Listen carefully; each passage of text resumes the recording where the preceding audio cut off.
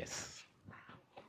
അപ്പൊ ഇത് ഞങ്ങളുടെ സ്വന്തം ലിസേച്ചിയാണ്. ലിസേച്ചിയുടെ 4.5 ഏക്കർ സ്ഥലത്തു നിന്നാണ് ആദ്യത്തെ 1.5 ഏക്കർ എടുത്ത് നമ്മൾ കൃഷി തുടങ്ങിയത്. എന്നിട്ട് ഏറ്റവും വലിയ പ്രത്യേകത, ലിസേച്ചിയുടെ കയ്യിൽ നിന്ന് ഞങ്ങൾ വാങ്ങിയത് 39,000 രൂപയ്ക്ക്. ലിസേച്ചിക്ക് ഞങ്ങള് ഒരു സെന്റിന് കേട്ടോ, ഇത് ലിസേച്ചിക്ക് വിറ്റത് ഒരു സെന്റ് 1.25 ലക്ഷം രൂപ അല്ലെ, മൊത്തം 6 ലക്ഷം രൂപയ്ക്ക് കൊടുത്തേട്ടാ. അപ്പൊ 6 30 ലക്ഷം രൂപയ്ക്കാണ് തിരിച്ചു കൊടുക്കുന്നത്. എന്തുകൊണ്ടായിരിക്കും അങ്ങനെ? ഇവർക്ക് ഇനി 3 ഏക്കർ ബാക്കി എടുക്കുന്നത്. ഇവർക്ക് ഇവരെ ഈ ബാക്കിലാണ് ചെയ്താൽ പോരാ. എന്തുകൊണ്ടായിരിക്കും ലിസേച്ചി? എന്തുകൊണ്ടാണ് ലിസേച്ചി ഈ 3 ഏക്കർ ബാക്കി കിടന്നിട്ടും അതിൽ കൃഷി ചെയ്യാണ്ട് ഈ ഞങ്ങളുടെ കയ്യിൽ നിന്ന് ഇത് റേറ്റ് കൂട്ടി മേടിച്ചതിനാ? കൃഷി ചെയ്ത് വലിയ കടബാധ്യത വന്നിരിക്കുന്ന ആളാണ് ഞാൻ. കാരണം നമ്മൾ കിൻഡൽ കണക്കിന് മുളക് പറിച്ച തോട്ടമാണിത്. 35 കിൻഡലോളം മുളക് പറിച്ച തോട്ടമാണ്. പക്ഷെ നമ്മുടെ ഈ പ്രകൃതിയിലുണ്ടായിരുന്ന കാലാവസ്ഥയിലുണ്ടായ ചേഞ്ച് കൊണ്ട് കൃഷിനാശം വന്നു പോയതുകൊണ്ട് നമുക്കിപ്പം വീണ്ടും നമ്മൾ കൃഷി ചെയ്തിട്ട് അത് വിജയിക്കുന്നില്ല.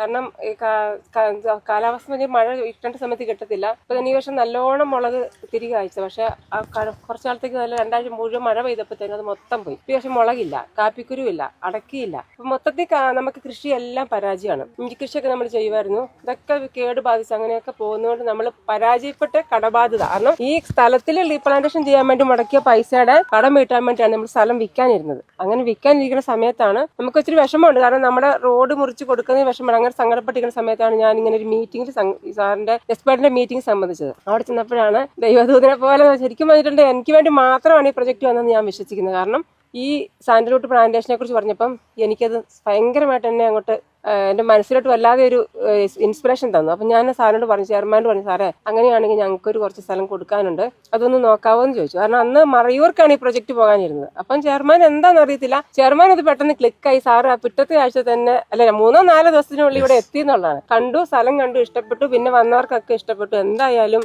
എൻ്റെ ഭാഗ്യമെന്നേ ഞാൻ പറയുള്ളൂ. ഞങ്ങൾക്ക് 30 ലക്ഷം രൂപ ഞാൻ ബാങ്കിൽ ഫിക്സ് ഇട്ടേക്കാന്ന് വിചാരിക്കണം പിള്ളേരുടെ പേരിൽ. അതൊരു 15 വർഷം കൊണ്ട് ഞങ്ങളിനി എന്തെല്ലാം ചെയ്താലും ഈ 15 വർഷം കൊണ്ട് ഈ 30 ലക്ഷം രൂപേനെ കോടികളാക്കാൻ പറ്റത്തില്ല. ഇത് 25 കോടിക്ക് മേലെയായിട്ട് ഞങ്ങൾക്ക് തിരിച്ചു കിട്ടുന്നുള്ള യാതൊരു സംശയമില്ല.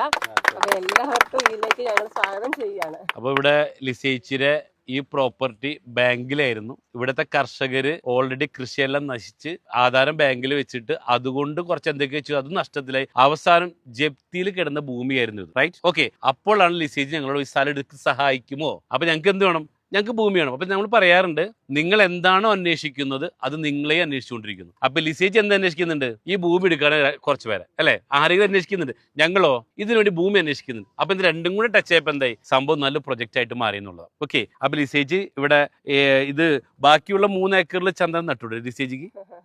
ചന്ദന സ്വന്തമായിട്ട് കിടന്ന കാര്യം സാറേ ഞാൻ കണ്ടോണ്ടിരിക്കുകയാണ്. ഇപ്പൊ 5-6 മാസമായിട്ട് ഞാൻ കണ്ടോണ്ടിരിക്കുന്നതാണ്. അപ്പൊ എനിക്ക് മനസ്സിലായി സ്വന്തം നട്ടാ പറ്റത്തില്ല എന്നുള്ളത്.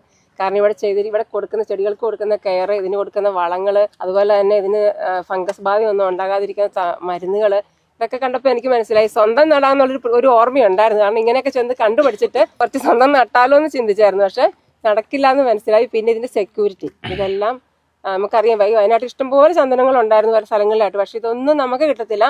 അത് കള്ളം കൊണ്ടുപോകും, അല്ലെങ്കിൽ ചെറിയ പൈസയ്ക്ക് അവർ വാങ്ങിക്കൊണ്ട് പോകും. അപ്പൊ അതുകൊണ്ട് തന്നെ ഇത് സക്സസ് ആവത്തില്ല. ഇതൊരു ഗ്രൂപ്പായിട്ട് ചെയ്യുന്നത് കൊണ്ട് തന്നെ, ഇത്രമാത്രം സെക്യൂരിറ്റി കിട്ടുന്നതുകൊണ്ട് തന്നെ ഇത് ഇതിൽ വന്നവരെല്ലാവരും ഒരു കോടീശ്വരനാകുന്നുള്ള യാതൊരു സംശയമില്ല.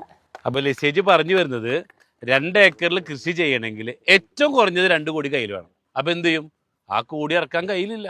അപ്പോൾ ഇവിടെ ഈ ഒരു ചന്ദന കൃഷിയായിട്ട് ചെയ്താൽ സക്സസ് ആവില്ല. ഇതിനെന്ത് ചെയ്യണം? ഒരു ബിസിനസ് ആയിട്ട് ചെയ്യണം. അപ്പൊ ഞങ്ങൾ എന്ത് ചെയ്തു? ആക്സിലറേറ്റിംഗ് കൾട്ടിവേഷൻ വിത്ത് ടെക്നോളജി. ഇത് 3ഉം കൂടെ വരുമ്പോൾ എന്തായി? നല്ലൊരു പ്രൊജക്റ്റ് ആയിട്ട് മാറി. ഇതിലൂടെ ഒരുപാട് പേരിലേക്ക് സമ്പന്നത എത്തിക്കാനായിട്ട് ഈ ചെറിയ തൈകളിലൂടെ ഈ പണം കായ്ക്കുന്ന മരത്തിലൂടെ സാധിക്കുമെന്നുള്ള ഇതിന്റെ ഏറ്റവും വലിയൊരു സവിശേഷത. റൈറ്റ്? യെസ്.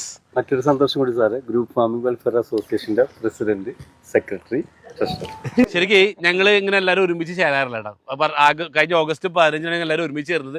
ഇന്ന പ്രത്യേകത, പ്രസിഡന്റ് ഇവിടെ ഉണ്ട്, നമ്മുടെ ഗ്രൂപ്പ് ഫാർമേഴ്സ് അസോസിയേഷന്റെ സെക്രട്ടറി ലിസേച്ചിയാണ്. അതോടൊപ്പം ഗജാൻജി ഉണ്ട്, അതോടൊപ്പം തന്നെ MD ഉണ്ട്. ഓക്കെ, എല്ലാവരും ഒരുമിച്ച് അല്ലെ, കുറെ നാളുകൾക്ക് ശേഷം AGM ഉണ്ട്. യെസ്.